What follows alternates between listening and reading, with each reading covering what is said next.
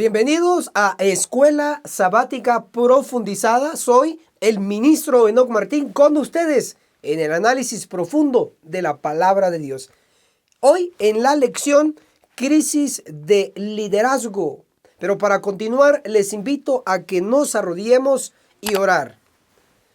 Padre que está en los cielos, santificado sea su nombre. Pedimos su Santo Espíritu, que Él sea nuestro Maestro y nosotros, si usted así lo permite, sus eternos alumnos. En el nombre de Cristo Jesús. Amén. Nuestros titulares de análisis son: Isaías 6 se aplica a la iglesia de los últimos días. Isaías 6 pronostica el juicio de los vivos. Isaías 6, el corazón endurecido y sus 9 menciones. Isaías 6, el trono movible del Padre. Ezequiel 1, el trono movible del Hijo.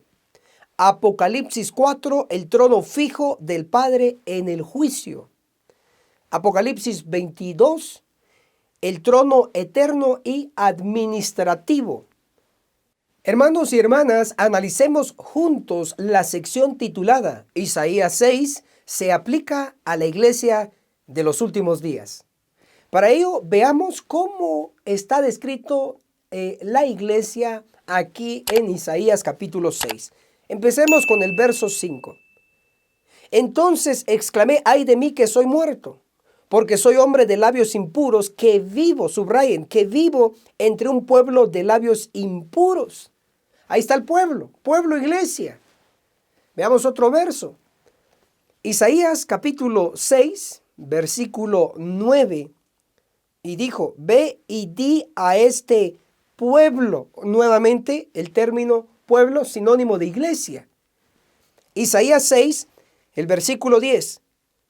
Endurece el corazón de este pueblo. Si notan, Isaías capítulo 6 hace referencia a la iglesia.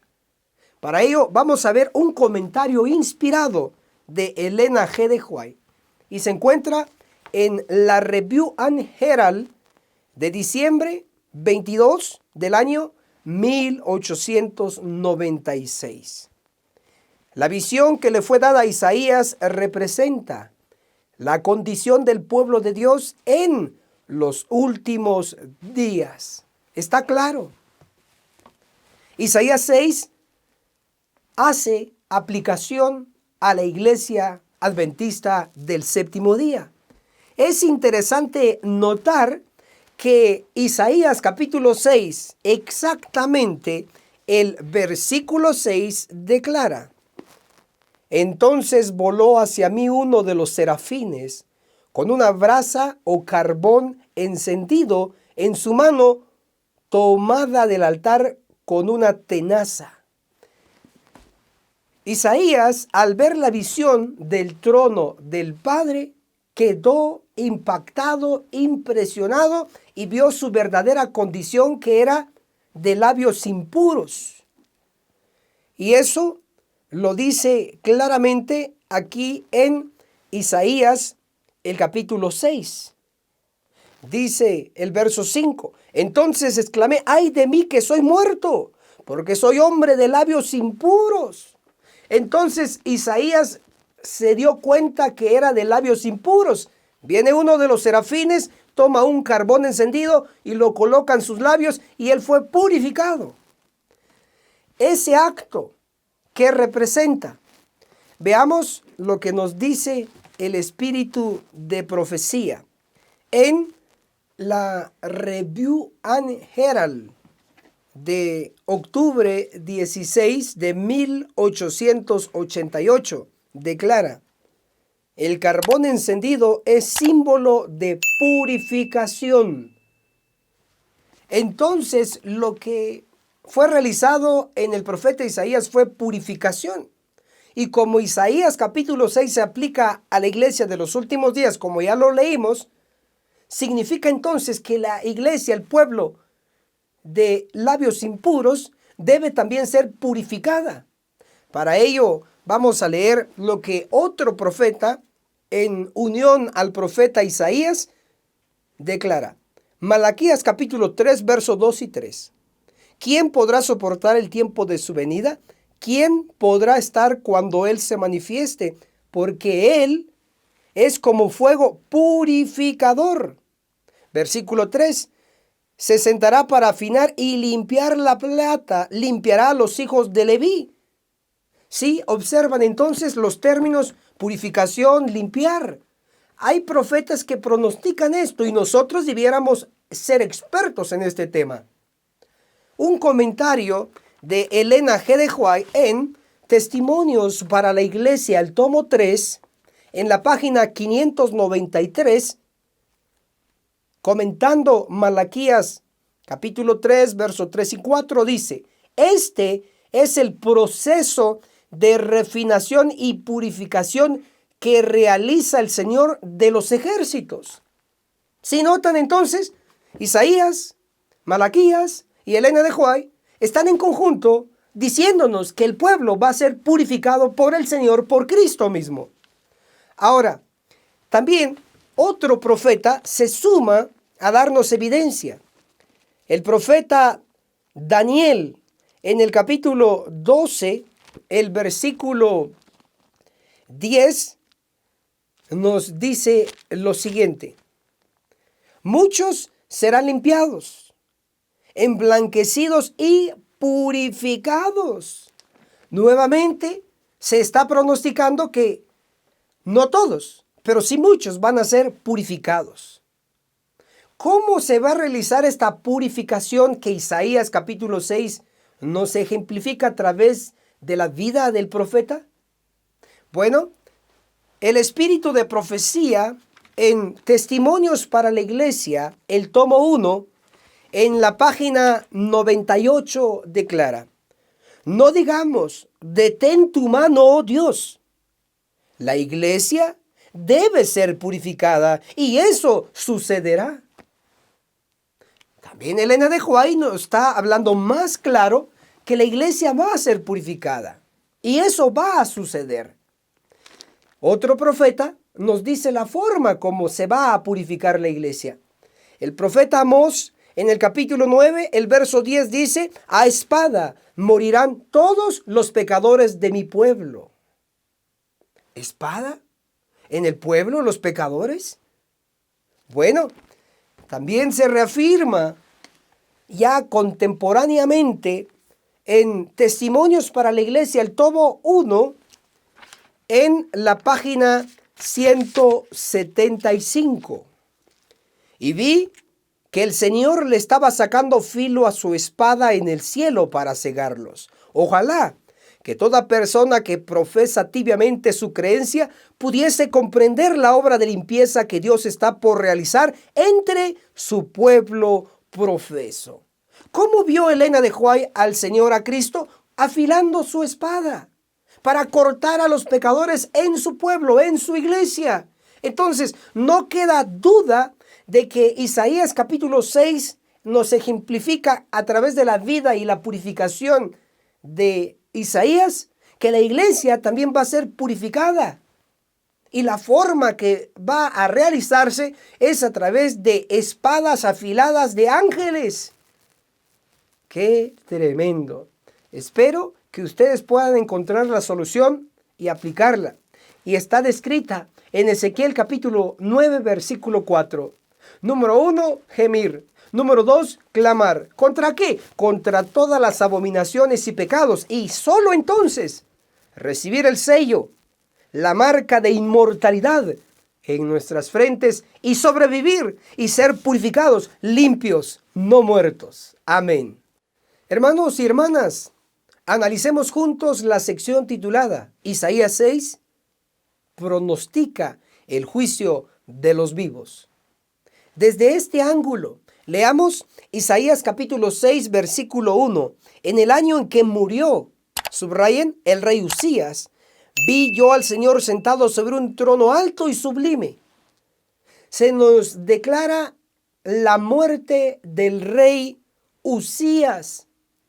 Este rey gobernó Judá durante 52 años. Aquí en la Biblia, en Segunda de Crónicas, el capítulo 26, el versículo 3, nos dice que fueron 52 años, donde su reinado fue próspero, pero lamentablemente los últimos años fueron críticos. Según la Biblia, acá en Segunda de Crónicas, el capítulo 26, el verso 19, declara así: le brotó lepra en la frente. Observamos entonces que en la frente del rey Uzías le apareció lepra, porque pecó al ingresar irreverentemente, intentar ser un acto que no le correspondía en el templo. Le apareció lepra. ¿Cómo le llama el espíritu de profecía a este acto de presunción del rey Uzías? Veamos el resultado. El libro Profetas y Reyes, el capítulo 25, el llamamiento de Isaías, en la página 226 dice: mientras estaba allí de pie, en airada rebelión, se vio repentinamente herido por el juicio divino. Apareció la lepra en su frente. Si notan que esto fue juicio divino. Entonces Isaías capítulo 6, desde el versículo 1, nos introduce el tema del juicio, puesto que este hombre estaba vivo. Nos está llamando la atención en un futuro cercano de la aplicación e inicio del juicio de los vivos. El resultado final, según la Biblia, nos declara que el rey Uzías, en Segunda de Crónicas, el capítulo 26, el versículo 21 dice: Uzías leproso hasta su muerte. Entonces él murió leproso. El resultado final de este juicio divino en él fue la muerte. El resultado final del juicio de los vivos en la iglesia va a ser la muerte del pecador empedernido que no se arrepiente. Veo que esto no es difícil de comprender. Me llama también la atención y quiero que usted pueda ver esta impresionante conexión. Según la Biblia, el rey Uzías fue herido de lepra en la frente por cometer un pecado de presunción. Pero también la Biblia nos señala en Ezequiel capítulo 9, el versículo 4, algo relacionado, y dice así: y le dijo: pasa por la ciudad por en medio de Jerusalén y pon una señal en la frente de los hombres que gimen y que claman a causa de todas las abominaciones que se cometen en ella. Conexión. El rey Uzías fue herido de lepra en la frente. Los fieles que van a gemir y clamar ahora contra los pecados van a recibir el sello de inmortalidad en su frente. Entonces vemos aquí un contraste. Los infieles no van a recibir el sello de inmortalidad en su frente. Los que actúan como el rey Uzías van a morir, van a perecer. Pero los que gimen y que claman contra todos los pecados en la iglesia van a recibir el sello en sus frentes, la inmortalidad, la vida eterna. Van a sobrevivir a la destrucción masiva registrada en Ezequiel 9. Entonces encontramos que Isaías capítulo 6, desde el propio versículo 1, nos introduce el juicio de los vivos con Isaías 6:1, declarándonos la muerte del rey Uzías. Y con los datos que nos da el resto de la Biblia, murió leproso. ¿Dónde se va a cumplir el juicio de los vivos? Para ello voy a leer Testimonios para la Iglesia, el tomo 5, en la página 196. Se cita aquí Ezequiel 9, verso 5 y verso 6, donde se recibe la orden de Cristo de ir y matar sin lástima ni compasión a todos aquellos que no tengan el sello. Y comenta Elena de White: aquí vemos que la iglesia, el santuario del Señor, era la primera en sentir los golpes de la ira de Dios. Entonces, Ezequiel capítulo 9, tanto el sellamiento como la destrucción, ¿dónde va a ocurrir? En la iglesia verdadera, la iglesia adventista. Pero algunos dirán: ministro, eso ya se cumplió en el pasado. Mentira. Si usted lo ha creído, lo han engañado. porque escrito está, manuscritos inéditos, el tomo 1, en la página 241. Estudien el capítulo 9 de Ezequiel. Esas palabras se cumplirán literalmente. No dice, ya se cumplió, dice, se cumplirán. Se cumplirá futuro. ¿Y cómo? Literalmente. Ángeles vendrán con espadas, cortarán a todos aquellos que no reciban el sello del Dios vivo en sus frentes. No sigamos el camino del rey Usías, que el resultado final fue muerte. Mejor sigamos las indicaciones de Dios en Ezequiel 9, verso 4. Gemir y clamar contra todo pecado en nuestro medio. Amén. Hermanos y hermanas, analicemos juntos la sección titulada Isaías 6, el corazón endurecido y sus 9 menciones. Empecemos con Isaías capítulo 6, versículo 10. Entorpece el corazón de este pueblo. Así dice la mayoría de versiones en español. Algunas de ellas, en lugar de decir entorpece, dice engruesa. Pero hay una versión donde sí nos ayuda a comprender este punto. Y es la versión Nueva Traducción Viviente, Isaías 6:10. Endurece el corazón de este pueblo, tápale los oídos y ciérrale los ojos. De esta forma no verán con sus ojos, no oirán con sus oídos, ni comprenderán con su corazón. Es interesante entonces que hay una frase, endurece el corazón de este pueblo. Ahí nos vamos a centrar. ¿Quién es el que endurece? ¿Dios, el profeta Isaías o el propio pueblo? Veamos un ejemplo en el Antiguo Testamento. Hay dos contrapartes. Una nos dice que Dios endureció el corazón de Faraón. Y la otra parte dice que el Faraón endureció su propio corazón. En el análisis final vamos a descubrir que realmente Dios mostró su poder a Faraón y Dios pronosticó que el Faraón iba a rechazar la luz, el mensaje que Dios envió. Y por lo tanto el Faraón iba a endurecer su corazón. Veamos 9 menciones donde en un bloque se nos menciona que Dios endureció el corazón de Faraón. Y en el otro bloque vamos a ver 9 menciones donde el Faraón endurece su propio corazón. Empecemos en el bloque donde Dios dice que endurece el corazón de Faraón. Número 1. El Señor ante Faraón. Yo endureceré su corazón. Éxodo 4, verso 21. Palabra de Dios. Número 2. Yo endureceré el corazón de Faraón. Eso está aquí en la Biblia. Éxodo 7:3.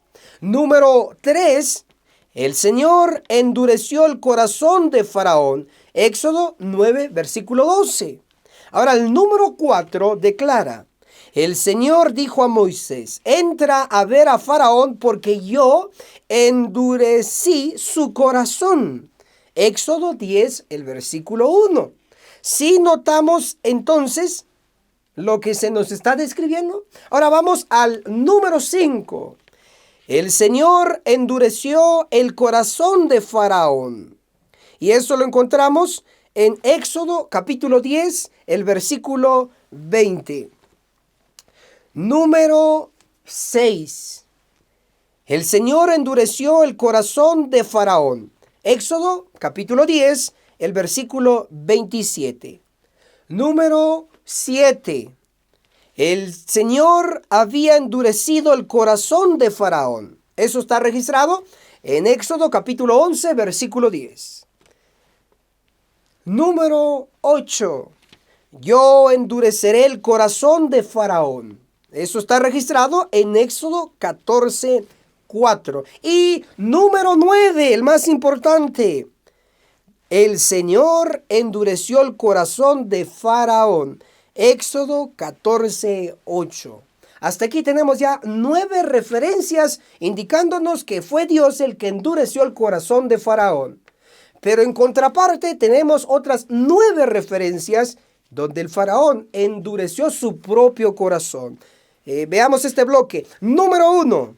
El corazón de Faraón se endureció Eso está registrado en Éxodo 7, versículo 13. Número 2, el corazón de Faraón está endurecido. Éxodo 7, 14. Número 3, el corazón de Faraón se endureció. Está registrado en Éxodo 7, verso 22. Número 4, importante, Faraón endureció su corazón. Está registrado en Éxodo 8, 15. Noten que fue el Faraón. Número 5, el corazón de Faraón se endureció. Éxodo 8, versículo 19.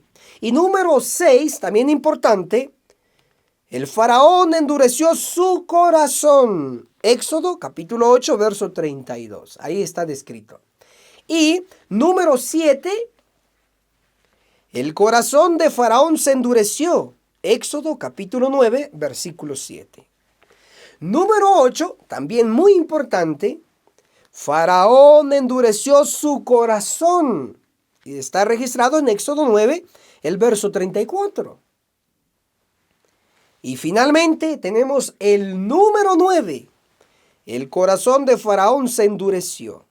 Esto está registrado en Éxodo capítulo 9, el verso 35. Maravilloso. Hasta aquí en nuestra investigación hemos descubierto que hay dos bloques. 9 referencias indicando que Dios endureció el corazón de Faraón y 9 referencias indicándonos que Faraón endureció su propio corazón, manteniendo un equilibrio y mostrándonos que realmente Dios da libre albedrío, da libertad para elegir. Finalmente, el Faraón fue el que endureció su corazón. Y el 9.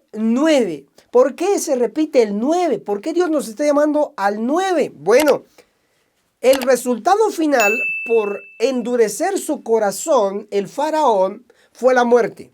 Veamos lo que dice la palabra de Dios, la Biblia. La palabra de Dios nos está diciendo en Éxodo, el capítulo 12, versículo 29, declara: el Señor mató a todo primogénito, desde el primogénito de Faraón. ¡Wow! Entonces, el número 9 se conecta con destrucción masiva.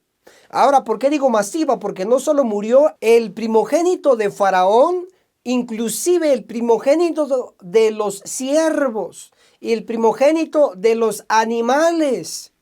Eso lo dice la Biblia. Ahora, veamos qué comenta el espíritu de profecía en relación a ello. Patriarcas y Profetas, el capítulo de las plagas de Egipto, en la página 273 declara: Dios había declarado tocante a Faraón: yo empero endureceré su corazón, de modo que no dejará ir al pueblo. Éxodo 4:21. No fue ejercido un poder sobrenatural para endurecer el corazón del rey. Se cabe entonces mencionar que realmente Dios no endureció el corazón de Faraón. Sigo leyendo. Dios dio a Faraón las evidencias más notables de su divino poder, pero el monarca se negó obstinadamente a aceptar la luz. Al mantener su terquedad y aumentarla gradualmente, su corazón se endureció más y más, hasta que fue llamado a contemplar el rostro frío de su primogénito muerto. ¡Wow! Entonces no fue Dios en el análisis final que endureció el corazón de Faraón, sino que el Faraón endureció su propio corazón al rechazar la luz, el mensaje que Dios le envió. Sencillamente Dios pronosticó eso, y cuando Dios mostró su poder ante Faraón, en ese sentido, Dios provocó que el Faraón mostrara su verdadera condición, un corazón endurecido. Bien, es interesante ver que el Faraón se convenció de su locura hasta que vio el rostro frío de su primogénito muerto. Entonces, el 9:9 nos está tirando a el análisis de destrucción, de muerte. Por el otro lado, vamos a ver que Dios nos está llamando la atención. Por ejemplo, a nivel mundial, la Iglesia Adventista del Séptimo Día, en el primer trimestre del 2021, se está estudiando en la escuela sabática Isaías, consolaos, pueblo mío. En la página 18 reafirma. En Éxodo 4:21 Dios dice, pero yo endureceré su corazón de modo que no dejará ir al pueblo. Esta es la primera de 9 veces en que Dios dijo que endurecería el corazón de Faraón. Pero también hubo 9 veces en que Faraón endureció su propio corazón. Lo que estamos viendo es que esta cita de la escuela sabática, de la lección que se está estudiando a nivel mundial, está corroborando lo que yo acaba de enseñar. Los dos bloques, el bloque de 9 referencias donde Dios endurece el corazón de Faraón y el bloque de 9 referencias donde el Faraón endurece su propio corazón. Y según el espíritu de profecía, Dios no efectuó ningún poder para endurecer su corazón. Dios no hizo un acto milagroso ahí, sino que sencillamente el faraón, al rechazar la luz, el mensaje que Dios le envió, el faraón, endureció su corazón. Sí observan entonces que el número 9 referencias exactas, endurecimiento del corazón de Faraón. 9 referencias exactas, el endurecimiento del corazón de Faraón. ¿Por qué el 9? Por eso es que el espíritu de profecía hoy nos hace una conexión. En el libro Manuscritos Inéditos, el tomo 1, en la página 241 dice, estudien el capítulo 9 de Ezequiel. Estas palabras se cumplirán literalmente. Si observan que Dios les está diciendo a ustedes, a mí, que estudiemos Ezequiel 9. Porque el 9 en relación al faraón fue destrucción masiva, porque murieron todos los primogénitos que no siguieron las instrucciones. Y hoy Dios nos está pronosticando que va a haber otra destrucción masiva, no en Egipto, sino hoy en su pueblo, en su iglesia. Y eso está registrado en Ezequiel 9. ¿Sí ven entonces la conexión? 9 referencias del endurecimiento del corazón de Faraón. Y la invitación y la orden a que estudiemos Ezequiel 9, porque contienen el mismo tema, destrucción masiva, realizada por ángeles destructores. Veamos lo que nos dice el espíritu de profecía en Testimonios para la Iglesia, el tomo 5, en la página 477. Cuando Dios estaba a punto de destruir a los primogénitos de Egipto, ordenó a los israelitas que reunieran a sus hijos de entre los egipcios y los recogieran en sus propias casas y que salpicaran los dinteles de las puertas con sangre para que el ángel destructor, subraye, ángel destructor, la viese y pasase por alto sus hogares. El ángel habrá de poner una marca sobre la frente de los que se hayan separado del pecado y de los pecadores. Y el ángel destructor le seguirá para destruir completamente tanto a viejos como a jóvenes. ¡Wow! Esto es una profecía que está escrita aquí. Ya no está hablando de primogénitos ahora. Claro, la muerte allá con el faraón, allá en Egipto, fue solamente con los primogénitos. Pero ahora no va a ser solo con los primogénitos, van a ser viejos, jóvenes, niños, mujeres, etc. Los que no tengan el sello van a perecer. Pero lo impresionante es que la Biblia, cómo se conecta, no solo los profetas antiguos, los profetas mayores, menores, sino que también inclusive Elena G. de White, como profetisa de la Iglesia Adventista, hoy está haciendo una conexión que lo que ocurrió allá en Egipto con Faraón, y con las 9 referencias del endurecimiento del corazón del faraón y aplicándolo hoy a nuestro tiempo. ¿En dónde? En la iglesia. ¿Y cómo lo sé? Bueno, Testimonios para la Iglesia, el tomo 5, en la página 196, declara en qué lugar va a ocurrir esto. Ezequiel 9, versos 5 y 6, aquí está descrito el comentario. Aquí vemos que la iglesia, el santuario del Señor, era la primera en sentir los golpes de la ira de Dios. Hombres, jóvenes, niñitos, todos perecen juntos. Entonces Elena de White tuvo la luz, la información divina de advertirnos que lo mismo que ocurrió con el endurecimiento del corazón del faraón, provocó una muerte masiva. De igual manera hoy, todos aquellos que no están gimiendo y clamando contra las abominaciones entre el pueblo de Dios, finalmente van a endurecer su corazón, si no es que ya lo tienen endurecido, y finalmente la destrucción es lo único que esperarían. Pero hoy, a los que todavía estamos a tiempo, a los que se quieren arrepentir y sumarse a este equipo de advertir al pueblo de Dios, tenemos que cumplir los dos requisitos de Ezequiel 9:4, gemir y clamar contra todas las abominaciones y no endurecer nuestro corazón al rechazar los mensajes de advertencia y de amonestación que Dios continuamente nos está enviando. Cada sección, cada estudio, cada predicación que su servidor les da siempre es para advertirles, no repito, sino que enfoco la misma verdad presente desde otro ángulo, en este caso a través de Isaías capítulo 6. Hermanos y hermanas, analicemos juntos la sección titulada Isaías 6, el trono movible del Padre.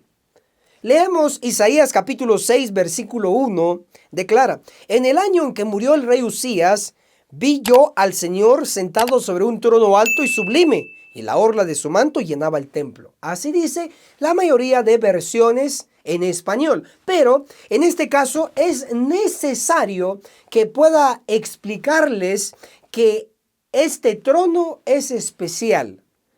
Y para ello necesito la versión que utilizó Elena G. de White, la versión King James en inglés.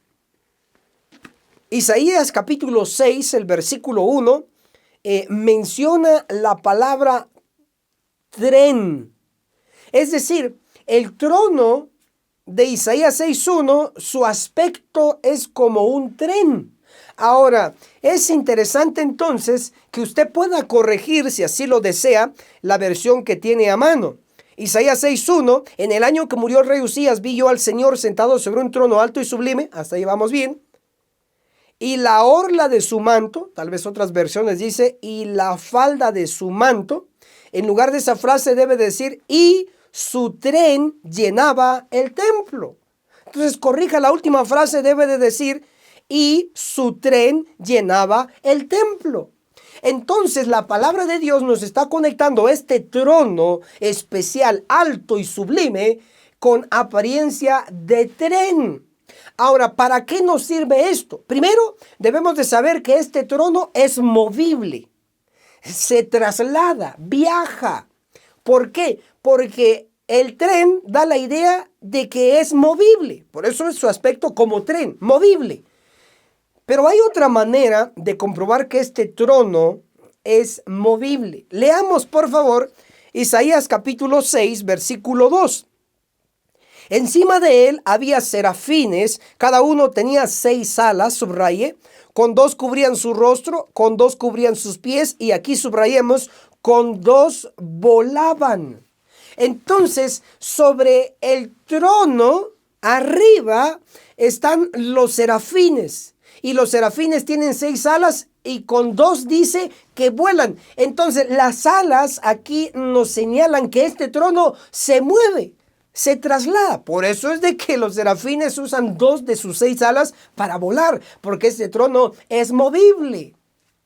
Entonces ya tenemos 2 formas ya hasta aquí que comprobamos que este trono es movible. Ahora, voy a colocarles un ejemplo especial para identificar de quién es este trono. Para ello leamos Isaías 6, el versículo 2. Encima de él había serafines. En el hebreo, serafim se traduce directamente como los que queman o los que arden. Y ustedes saben que las llamas arden y queman. Por lo tanto, los serafines son los que arden, son los que queman como llamas.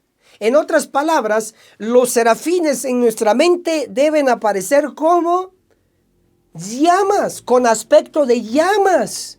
Entonces, ya con eso en mente, podemos leer lo que el espíritu de profecía nos señala en Primeros Escritos, el capítulo El fin de los 2300 días, en la página 55 declara, observen esto: vi al Padre, subraye, Padre, levantarse del trono y en un carro de llamas. ¿Cómo son los serafines? Como llamas. Y en un carro de llamas entró en el lugar santísimo al interior del velo y se sentó. Entonces este trono movible, envuelto en llamas, envuelto en serafines, porque los serafines están arriba sobre el trono, es el mismo trono que vio Elena de White, que trasladó al Padre de un trono fijo a otro trono, el trono del juicio, al lugar santísimo. ¿Qué trono lo trasladó? El trono de Isaías 6.1, un trono movible. Entonces, el trono de Isaías 6.1, las características es, número uno, es que arriba del trono están serafines. Y los serafines son como aspecto de llamas. Y luego Elena de White llama a ese trono un carro de llamas. Por lo tanto, el trono de Isaías 6, versículo 1, es el trono de llamas que utiliza o que transporta al Padre. Es un trono de Dios Padre. Maravilloso.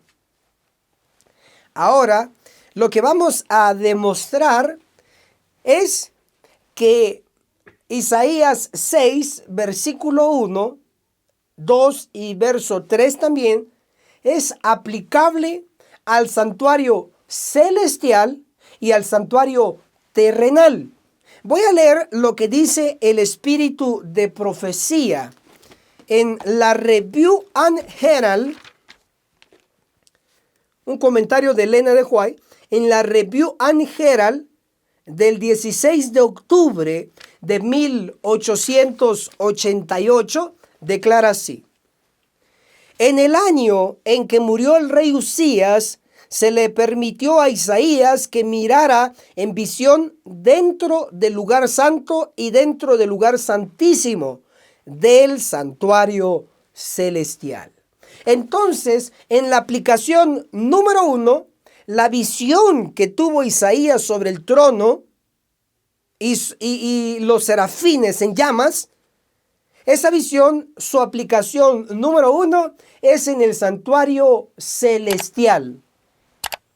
Ahora, estando allá en el santuario celestial, realmente lo que vio el profeta Isaías es lo mismo, el mismo escenario que vio Juan el Revelador en Apocalipsis 4, en ese capítulo completo, inclusive el capítulo 5, el escenario del juicio, es lo que vio el profeta Isaías, pero justo cuando el Padre se estaba trasladando de un trono fijo rumbo al santuario celestial. Esa fase la vio Isaías en el trono del Padre, ese trono movible.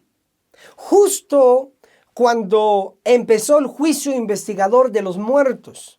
Léase Daniel 8:14 y hasta 2300 tardes luego el santuario, el templo, será purificado. Y todos sabemos, los que estudiamos nivel profundo, que ese santuario de Daniel 8:14 es aplicable al santuario celestial en su primera fase, es decir, al inicio del juicio investigador de los muertos, tal como lo registra Apocalipsis 14, versículo 6, versículo 7, la hora de su juicio ha llegado. En esa transición del Padre, del trono fijo, donde Él gobierna todo el universo, rumbo al trono dentro del santuario celestial, al trono del juicio, al levantarse de este trono fijo y subirse a un trono movible que lo traslada al santuario, esa fase es donde el profeta Isaías, el capítulo 6, versículo 1, se le da la visión, justo cuando está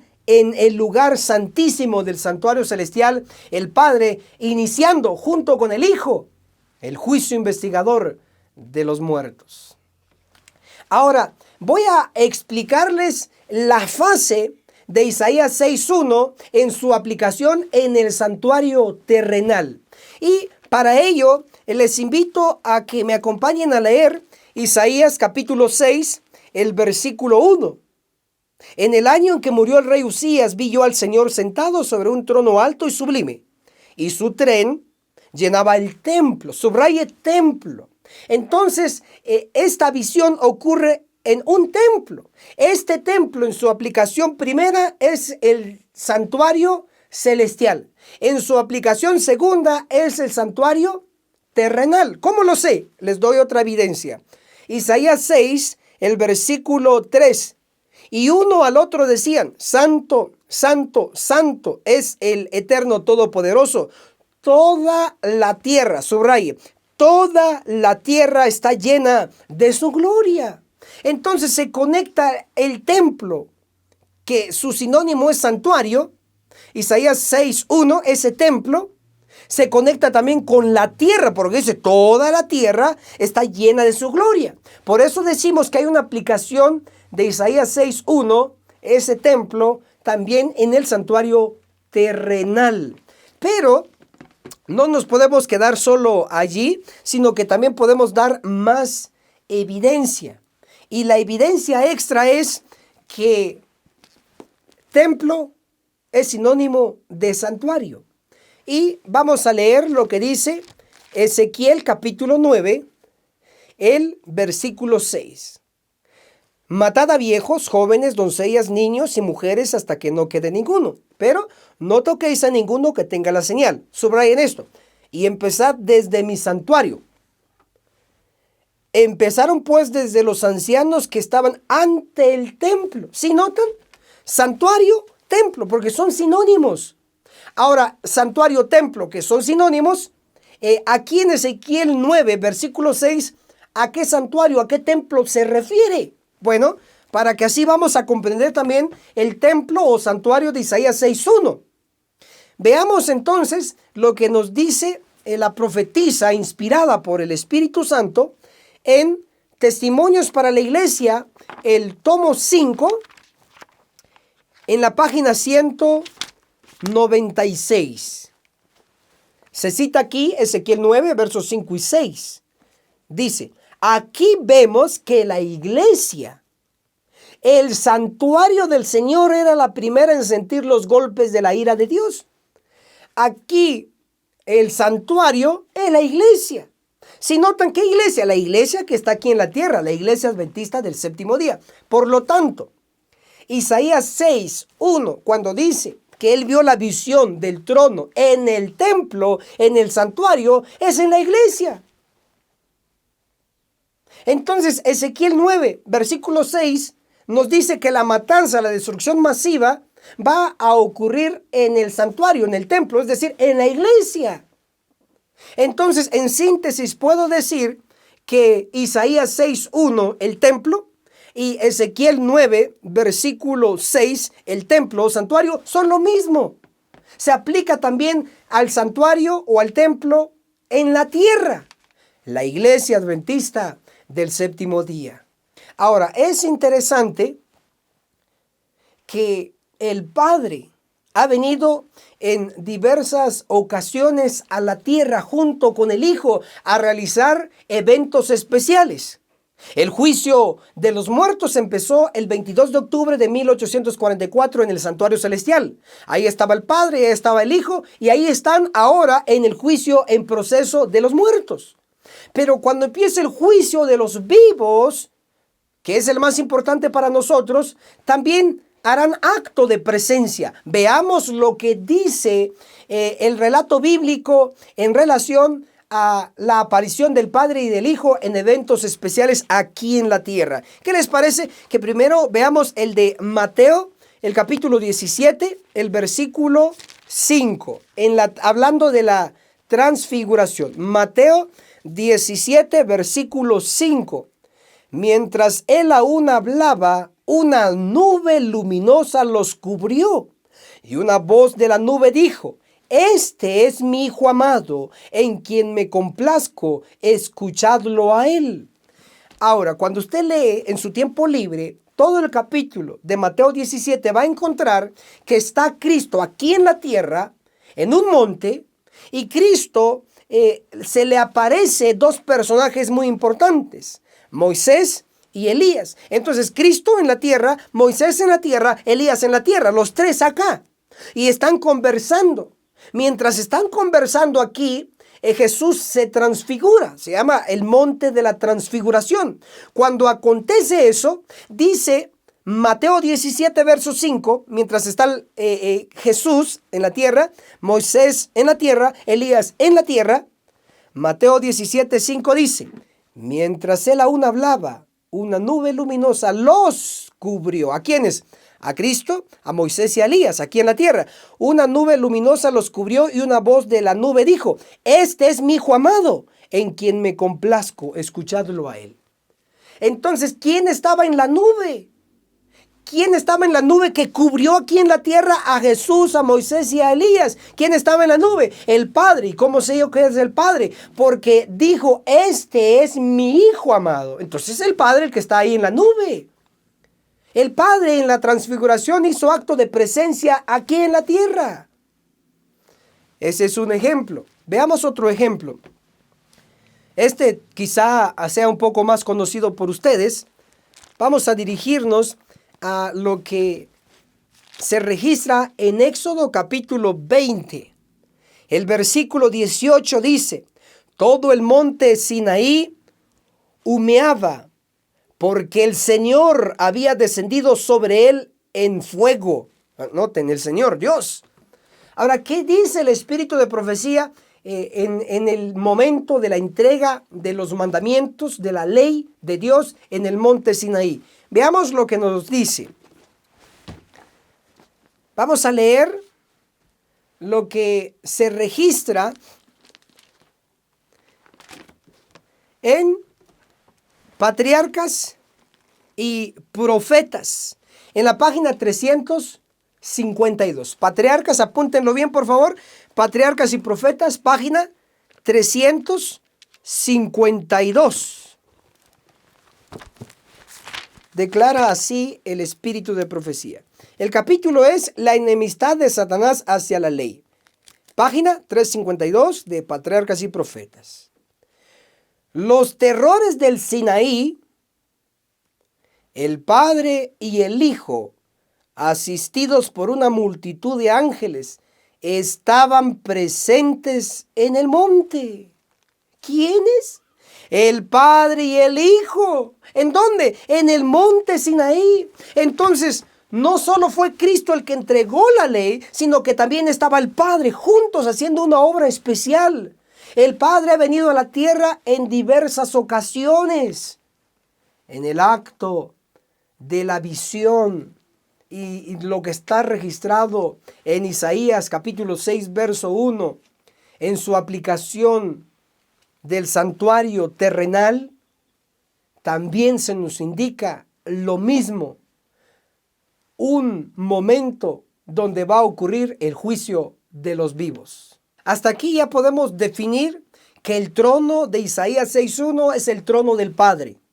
Aplicación tanto para el santuario celestial, cuando se inició el juicio de los muertos, y aplicación para el santuario terrenal, también en el juicio de los vivos. Es interesante ver y que observemos que el juicio justo que se está llevando a cabo ahora y está en proceso en el santuario celestial, que es el juicio de los muertos, cuando se termine va a empezar el de los vivos. Pero ese juicio que está ahora en el cielo se va a trasladar a la tierra. Y no lo digo yo, está escrito. ¿Qué les parece? Leámoslo. El conflicto de los siglos, el capítulo 25, Jesucristo nuestro abogado. En la página 478 se nos da esta información vital. Mientras se prosigue el juicio investigador en el cielo, mientras que los pecados de los creyentes arrepentidos son quitados del santuario, debe llevarse a cabo una obra especial de purificación, de liberación del pecado entre el pueblo de Dios en la tierra. Definiendo entonces, el trono de Isaías 6:1 es el trono del Padre, es el trono con el cual Él viaja, ya sea del cielo a la tierra, de la tierra al cielo. Y como tanto el Padre como el Hijo van a estar involucrados en el juicio de los vivos, hoy ya sabemos cuál es el trono que utiliza el Padre para viajar. Que el cielo nos pueda bendecir y que reaccionemos ahora, antes de que inicie el juicio de los vivos. Amén. Hermanos y hermanas, bienvenidos a nuestra sección titulada Ezequiel 1, el trono movible de Cristo. Para ello voy a invitarles a que leamos juntos Ezequiel capítulo 1, el versículo 4. Miré y vi un viento tempestuoso que venía del norte, una gran nube con un fuego envolvente rodeado de un resplandor y en medio del fuego algo que parecía bronce refulgente. Ahora leo Ezequiel 1, el verso 26. Sobre la expansión había sobre sus cabezas se veía la figura de un trono que parecía de zafiro y sobre el trono había uno semejante de hombre sentado.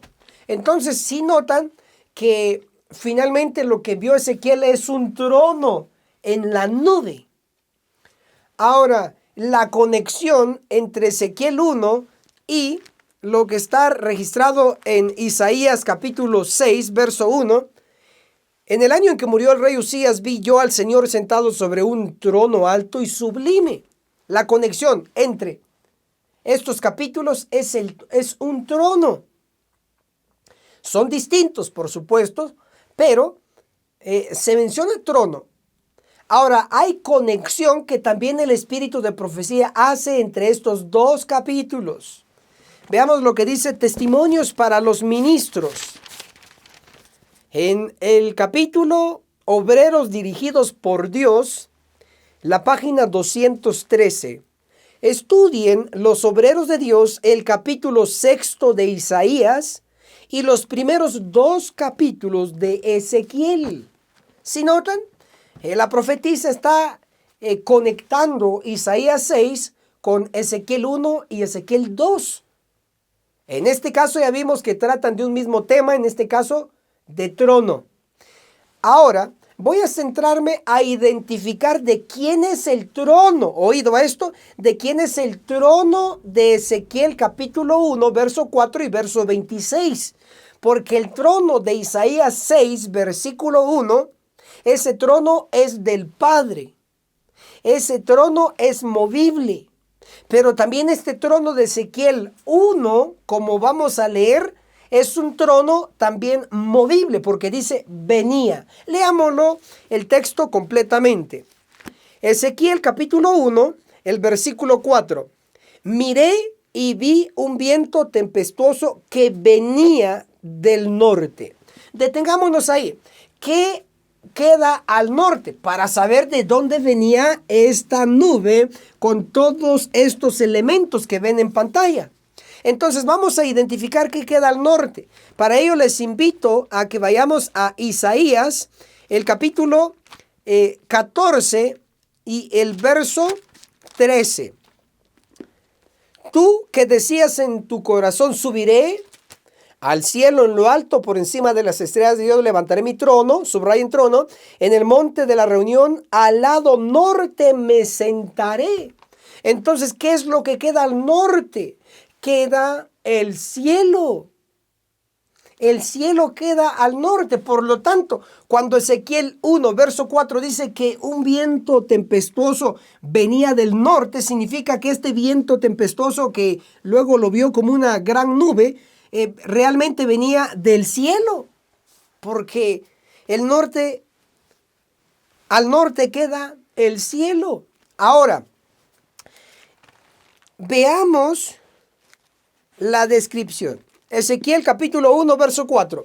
Miré y vi un viento tempestuoso que venía del norte, del cielo, una gran nube con un fuego envolvente rodeado de un resplandor, y en medio del fuego algo que parecía bronce refulgente. En este verso no se dice qué realmente había en medio de la nube, Pero Ezequiel capítulo 1, el verso 26 sí nos dice: sobre la expansión que había sobre sus cabezas se veía la figura de un trono que parecía de zafiro, y sobre el trono había una semejanza de hombre sentado. Entonces, realmente lo que había en medio de la nube, que venía del norte, que venía del cielo, es un trono. Significa entonces que este trono no es fijo, significa que este trono es movible, porque dice que venía. ¿De dónde? Del norte del cielo, a rumbo a dónde? A la tierra donde estaba el profeta Ezequiel en visión. ¿Sí notan entonces? Qué interesante, qué impresionante. Hasta aquí ya vemos que este trono de Ezequiel 1 es un trono movible. Cuando usted tenga oportunidad y tiempo libre, lea por favor Ezequiel capítulo 1, todos sus versos, y va a encontrar inclusive el capítulo 10 de Ezequiel, donde va a encontrar que hay 4 ruedas debajo de la nube y están unidos por querubines con 4 alas. Si notan que forman un cuadro perfecto, esto es un carro. Entonces este trono viaja, es movible. Ahora identifiquemos a quién le pertenece este trono movible de Ezequiel 1. Para ello, leamos Ezequiel 1, el verso 26, la última parte. Y sobre el trono había una semejanza de hombre sentado. Entonces, alguien que venía del norte del cielo y con semejanza de hombre sentado. ¿Quién es el único que se le aplica el título Hijo del Hombre? Bueno, para ello les voy a dar por lo menos, les voy a dar aquí en la Biblia 3 referencias. La primera, Mateo 8:20 dice Hijo del Hombre. Mateo 13:37 dice Hijo del Hombre. Y Mateo 24:44 dice Hijo del Hombre, que se le aplica a Cristo. Por lo tanto, el dueño del trono movible de Ezequiel capítulo 1 es Cristo. El que viaja en este trono es Cristo. Por eso, Ezequiel 1, el verso 26, la última parte. Y sobre el trono había una semejanza de hombre, Cristo, sentado. Entonces hasta aquí ya sabemos que Cristo viaja a través de un trono movible. Ahora, la pregunta sería, ¿solamente Ezequiel tiene esta referencia que Cristo sí viaja, viaja a través de tronos, de carros movibles? Para ello vamos a leer ahora lo que nos dice Daniel, capítulo 7, el versículo 13. ¿Listos? Daniel, capítulo 7, verso 13. Seguí mirando en visión de la noche y vi que con las nubes del cielo venía, subrayen, venía como un hijo de hombre. Llegó hasta el anciano de días y fue llevado ante él.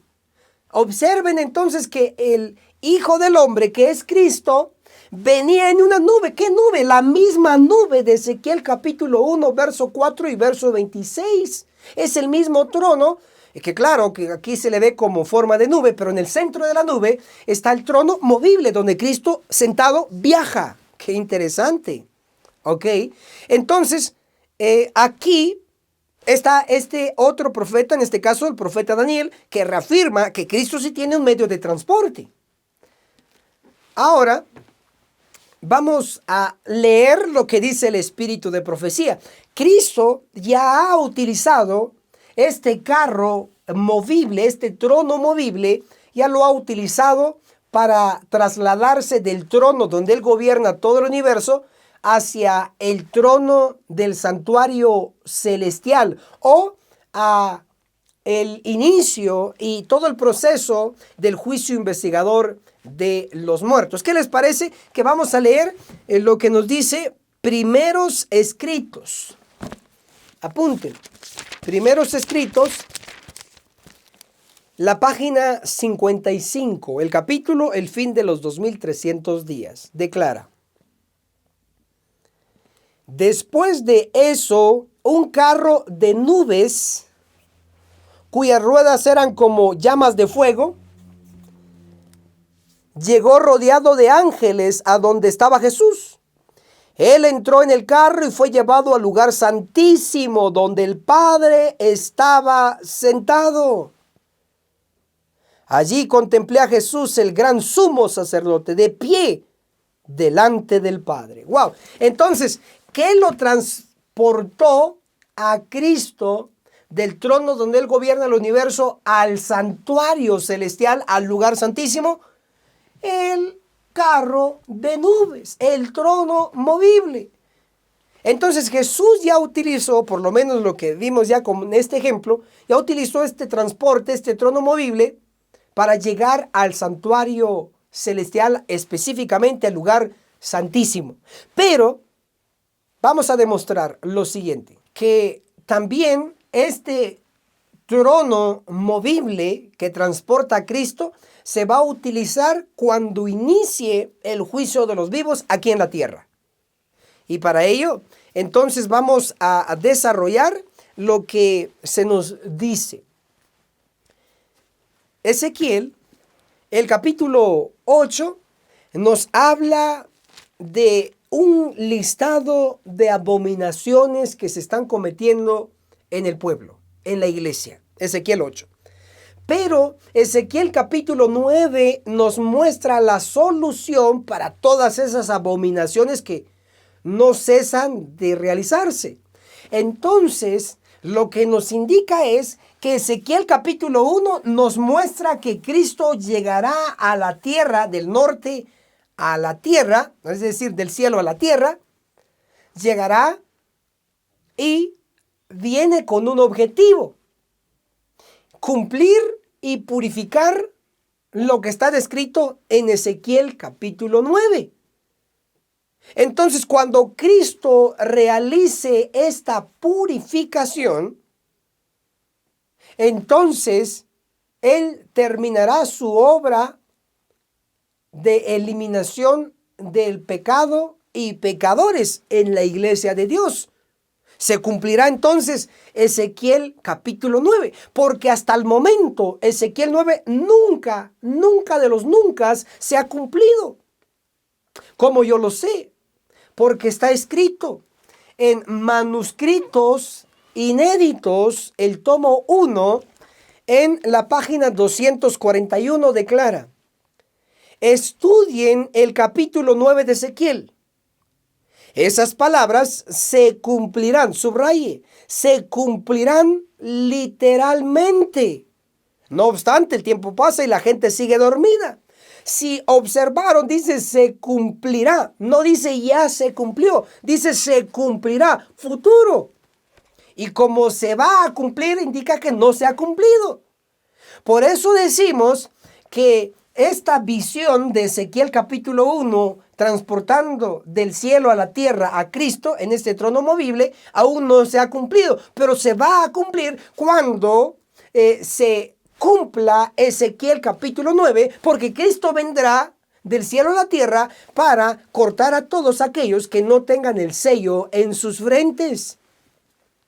Después de que se realice esto en la iglesia, como lo describe Testimonios para la Iglesia, el tomo 5, en la página 196, dice Ezequiel 9, 5 y 6, aquí vemos que la iglesia, el santuario del Señor, era la primera en sentir los golpes de la ira de Dios. Hombres, jóvenes, niñitos, todos perecen juntos. Esto aún no se ha cumplido, pero se va a cumplir. ¿Cuándo? Cuando Cristo venga con su trono movible a la tierra. Él vendrá a iniciar el juicio de los vivos en la iglesia, en el pueblo de Dios. Por eso es que de diferentes ángulos y de diferentes profetas de la Biblia y del espíritu de profecía, siempre su servidor les resalta esta gran verdad presente de hoy. Después de que Cristo realice su purificación de su pueblo a través de este viaje que va a realizar, solo entonces Cristo nuevamente ascenderá al cielo. Y eso está registrado en Ezequiel capítulo 10. El versículo 19 declara: luego los querubines, estos 4, Luego los querubines desplegaron sus alas y se elevaron de la tierra ante mis ojos. Si notan entonces, así en síntesis, Ezequiel capítulo 1 nos muestra la visión del viaje de Cristo del cielo a la tierra. Y Ezequiel capítulo 8, las abominaciones. Ezequiel 9, la solución para las abominaciones. Cristo ordenando y comisionando a sus ángeles a cortar a todos los pecadores. Pero cuando se realice la obra de Ezequiel 9, entonces en Ezequiel capítulo 10, solo después de ejecutar y purificar la iglesia, Cristo nuevamente asciende. Es interesante, porque luego tiene que venir en la segunda venida en las nubes, como lo dice Primera de Tesalonicenses 4, 16 y 17. Esto es interesantísimo entonces, pero hoy llamo su atención a la venida de Cristo, a la purificación de la iglesia. Y nosotros debiéramos estar atentos. Ministro Enoc Martín, ¿y qué otra parte del profeta Isaías, que es nuestro libro de texto, se menciona esta gran verdad de la visita de Cristo a la iglesia? Bueno, tenemos Isaías, el capítulo 59, el versículo 20 declara así: el Redentor, que es Cristo, vendrá a Sión. Miren qué fácil, apúntenlo bien, léalo, estúdielo. Isaías 59, versículo 20. El Redentor vendrá a Sión. ¿Quién es el Redentor? Es Cristo, el que nos ha rescatado, nos ha redimido. Cristo es el Redentor. Dice vendrá. Si dice vendrá, habla de una venida. Y si va a haber una venida, tiene que utilizar un transporte. El transporte, el trono movible de Cristo, el que está registrado en Ezequiel capítulo 1. Dice entonces Isaías 59, 20, el Redentor, Cristo, vendrá, venida, con su transporte a Sión. A Sión. ¿Qué es Sión? Bueno, Isaías 51, el versículo 16, la última parte declara: y diga a Sión, pueblo mío eres tú. Entonces, Sión es el pueblo de Dios. ¿Y quién es el pueblo de Dios hoy? La iglesia adventista del séptimo día.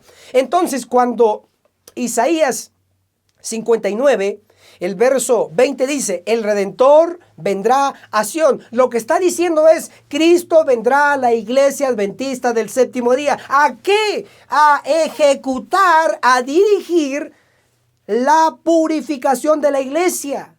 Serán 5 ángeles con espadas que van a cortar a todos aquellos que no están preparados, que no tienen el sello, que hoy están con la multitud cometiendo las abominaciones en la iglesia.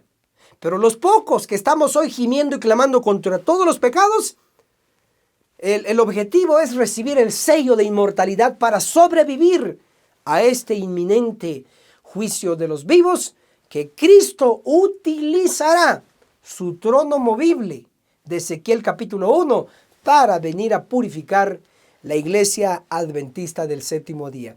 Que el cielo los bendiga y que puedan ser también de los sobrevivientes. Amén. Hermanos y hermanas, bienvenidos a la sección que se titula Apocalipsis 4, el trono fijo del Padre en el juicio. Para ello vamos a leer lo que dice Apocalipsis capítulo 4, el versículo 2. Al instante fui en espíritu y vi un trono, subraye, en el cielo y uno sentado sobre él. Ahora, si quieren, ubiquemos quién es el que está sentado en ese trono, el que está aquí en su pantalla. ¿Quién es este personaje sentado ahí? Para ello vamos a dirigirnos a lo que dice Daniel capítulo 7 versículo 9. Mientras yo miraba, fueron puestos tronos y un anciano sobre ahí de muchos días se sentó. Entonces, ¿quién es el que está sentado en este trono en el cielo? El anciano de días. Ministro Enoc Martín, ¿y quién es este anciano de muchos días? Bueno, el libro El conflicto de los siglos, en la página 533 del capítulo 29, el juicio investigador, declara así: el anciano de días es Dios el Padre. Entonces, es el Padre el que se sienta en el trono de Apocalipsis 4, versículo 2. Ahora, como ya sabemos eso, ahora ubiquemos dónde se encuentra el trono donde se sienta el Padre. Y este trono, específicamente el de Apocalipsis 4. Entonces, vamos a leer Apocalipsis 4, el siguiente versículo, el verso 5. Del trono salían relámpagos, truenos y voces. Ante el trono ardían 7 lámparas de fuego. Entonces subrayen ahí 7 lámparas de fuego. ¿Dónde se encuentran las 7 lámparas de fuego? Dice delante o enfrente del trono. Entonces este mueble nos va a ayudar a ubicar dónde se encuentra este trono donde se sienta Dios el Padre. Dice que frente a este trono hay 7 lámparas. Y las 7 lámparas lo que forman es un candelabro, un candelero.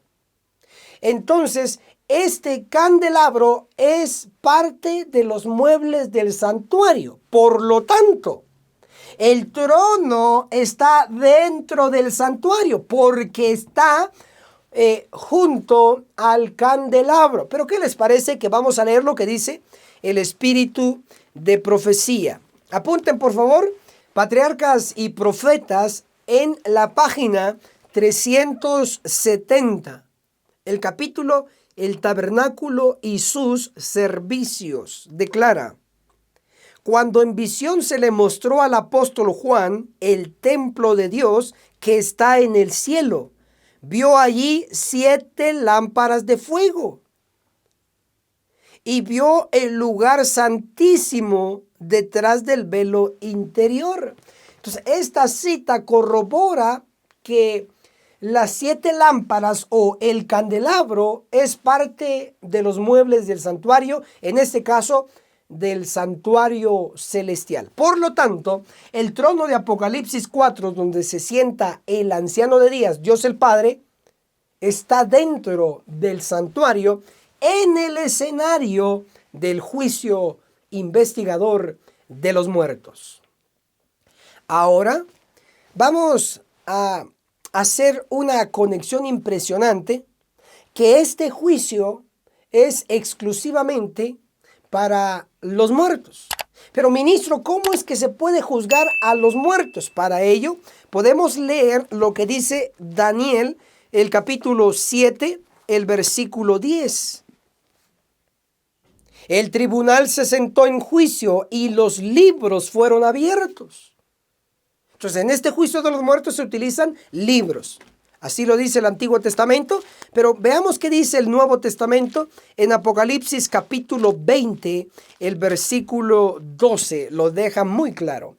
Y vi también a los muertos, grandes y pequeños, de pie ante el trono. Los libros fueron abiertos y otro libro fue abierto, el libro de la vida. Y los muertos fueron juzgados según sus obras por las cosas que estaban escritas en los libros. Entonces los muertos, como nada saben y están enterrados, etcétera, etcétera, los muertos son juzgados basado en los libros, en los registros. Y así ha estado ocurriendo desde el 22 de octubre de 1844. Daniel 8:14 lo confirma. Pero cuando termine el de los muertos, va a empezar el de los vivos. Veamos lo que nos dice el libro El conflicto de los siglos, el capítulo 29, el juicio investigador, en la página 536. Empezando con los que vivieron los primeros en la tierra. ¿Quiénes son ellos? ¿Quiénes son los primeros que vivieron en la tierra? Adán, Eva, etc. ¿Cómo están ellos? Muertos. Entonces, ¿con quién empieza? Con los muertos. Empezando con los que vivieron los primeros en la tierra. Nuestro abogado presenta los casos de cada generación sucesiva y termina con los vivos. ¿Ven? Entonces, el trono de Apocalipsis 4 es un trono de juicio donde solo se sienta el Padre con el papel de juez en el juicio investigador de los muertos. Pero cuando termine este juicio investigador de los muertos, este juicio se tiene que trasladar a la tierra. Por eso es muy interesante entenderlo. Conflicto de los siglos, capítulo 29, el juicio investigador, página 544. Dice: pronto, nadie sabe cuándo les tocará ser juzgados a los vivos. Y ahí es donde entramos como pueblo, porque el juicio que ahora está en el santuario celestial, donde está este trono fijo del Padre, es el proceso del juicio investigador de los muertos. Pero también ese juicio se tiene que trasladar a la tierra. Y para ello leamos Conflicto de los siglos, página 478, el capítulo 25. Dice: mientras se prosigue el juicio investigador en el cielo, mientras que los pecados de los creyentes arrepentidos son quitados del santuario, debe llevarse a cabo una obra especial de purificación, de liberación del pecado entre el pueblo de Dios en la tierra. Entonces queda muy claro que la purificación debe de ocurrir aquí en la tierra. ¿Y dónde va a empezar primero? Primera de Pedro 4:17 dice: porque es necesario que el juicio empiece en la casa de Dios, es decir, la iglesia. Y eso lo describe Testimonios para la Iglesia, el tomo 5, en la página 196, hablando del capítulo del juicio de los vivos, hablando de Ezequiel 9, versos 5 y 6. Aquí, en Testimonios para la Iglesia, el tomo 5, en la página 196, se cita Ezequiel 9 y luego viene un comentario. Aquí vemos que la iglesia, iglesia, el santuario del Señor era la primera en sentir los golpes de la ira de Dios. Hombres, jóvenes y niñitos, todos perecen juntos. Definitivamente entonces, el trono fijo de Apocalipsis 4 es el trono del Padre en el juicio de investigador de los muertos. Pero cuando se termine el juicio investigador de los muertos, allá en el cielo, entonces el juicio se debe de trasladar a la tierra. Y entonces, y solo entonces, empezará el juicio de los vivos en la iglesia adventista del séptimo día. Y lo único que va a proteger en ese momento no va a ser si usted es miembro de la iglesia, no va a ser si usted tiene un cargo en la iglesia, no va a ser si usted tiene 2 o 3 casas, 2 o 3 carros. No, eso no lo va a proteger. Lo único que lo va a proteger cuando empiece el juicio de los vivos es lo que está registrado en Ezequiel 9:4. Gemir y clamar contra todas las abominaciones y recibir el sello. El sello es de urgente necesidad. Espero que usted, de tanto que hemos enfocado, finalmente lo comprenda y lo aplique. Y no se diga más. Que el cielo los bendiga poderosamente. Amén. Hermanos y hermanas, bienvenidos. Analicemos juntos la sección titulada Apocalipsis 22, el trono eterno y administrativo. Para ello vamos a leer lo que dice Apocalipsis capítulo 22, el versículo 1. Y después el ángel me mostró el río del agua de la vida, luciente como cristal, que salía del trono de Dios y del Cordero. Este trono es donde se sienta ambos, el Padre y el Hijo.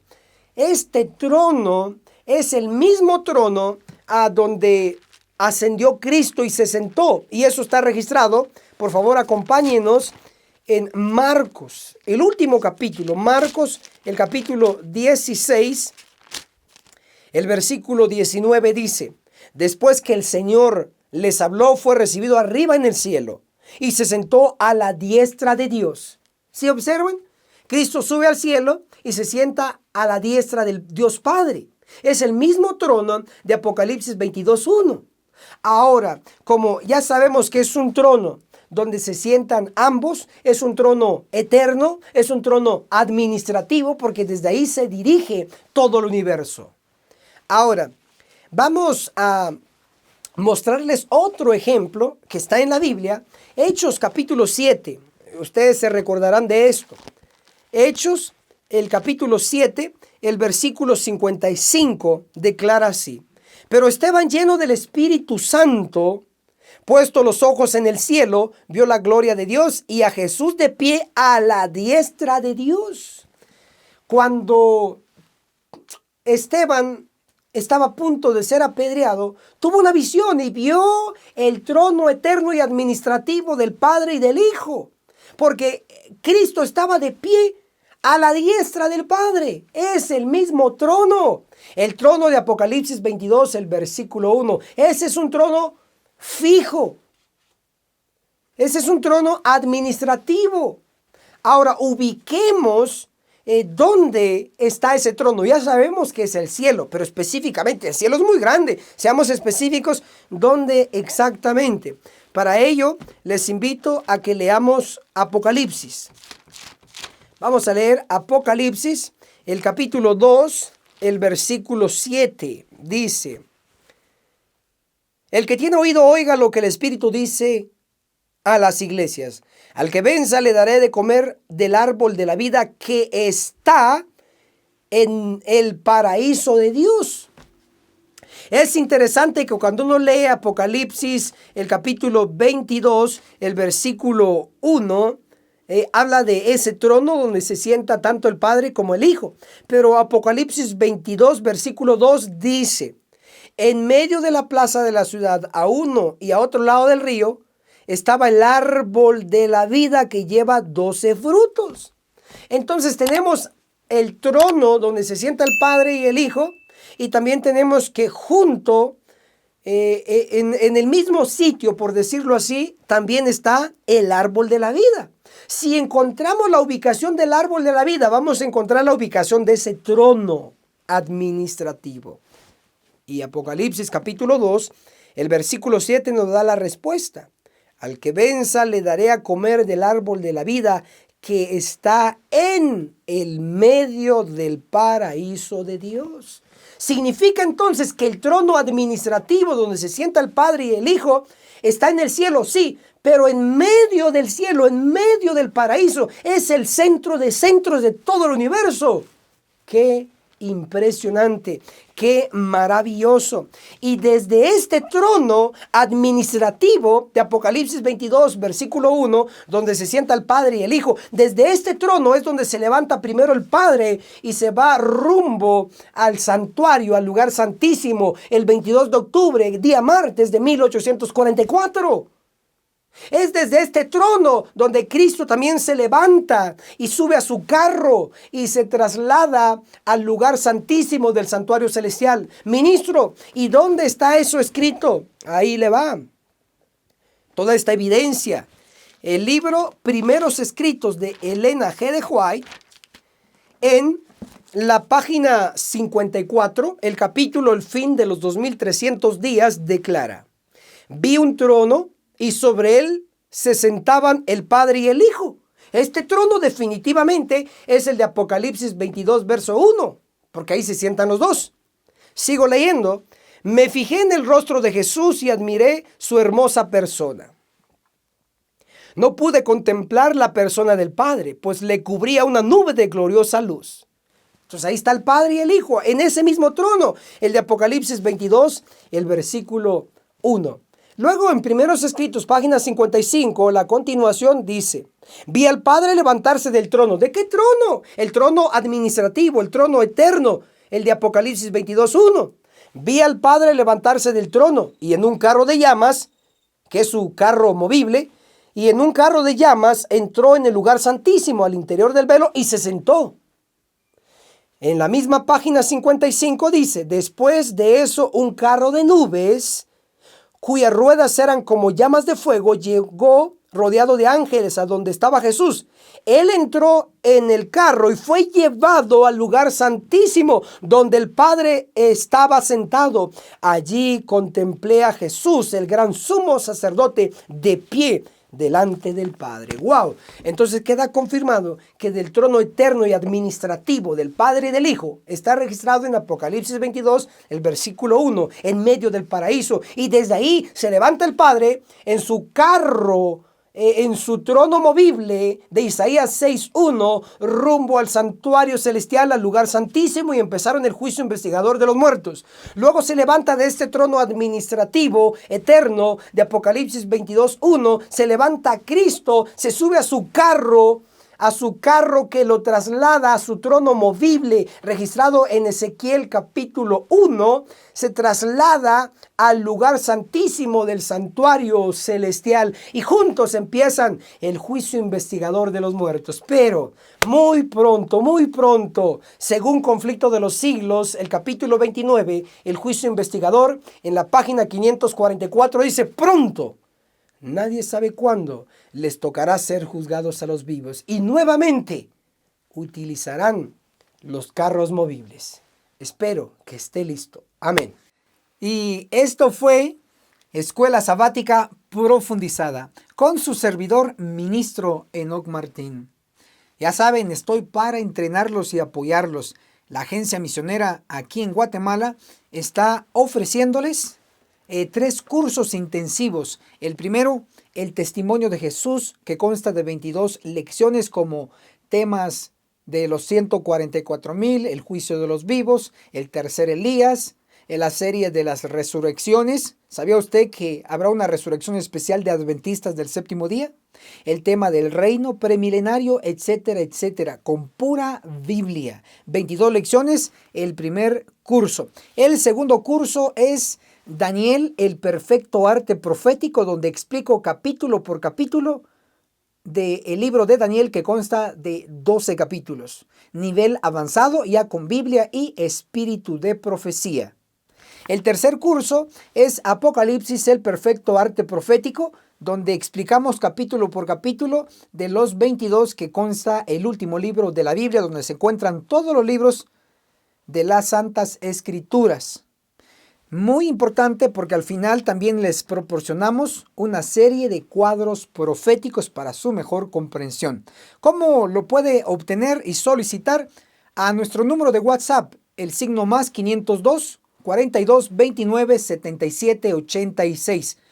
Llámenos, identifíquese y con mucho gusto le enviaremos estos cursos para entrenarlo y darle un super 100. Ya saben, amigos, hermanos y hermanas, ¿dónde nos vamos a ver? Nos vamos a ver en la cumbre del Monte Sión. Hasta la próxima.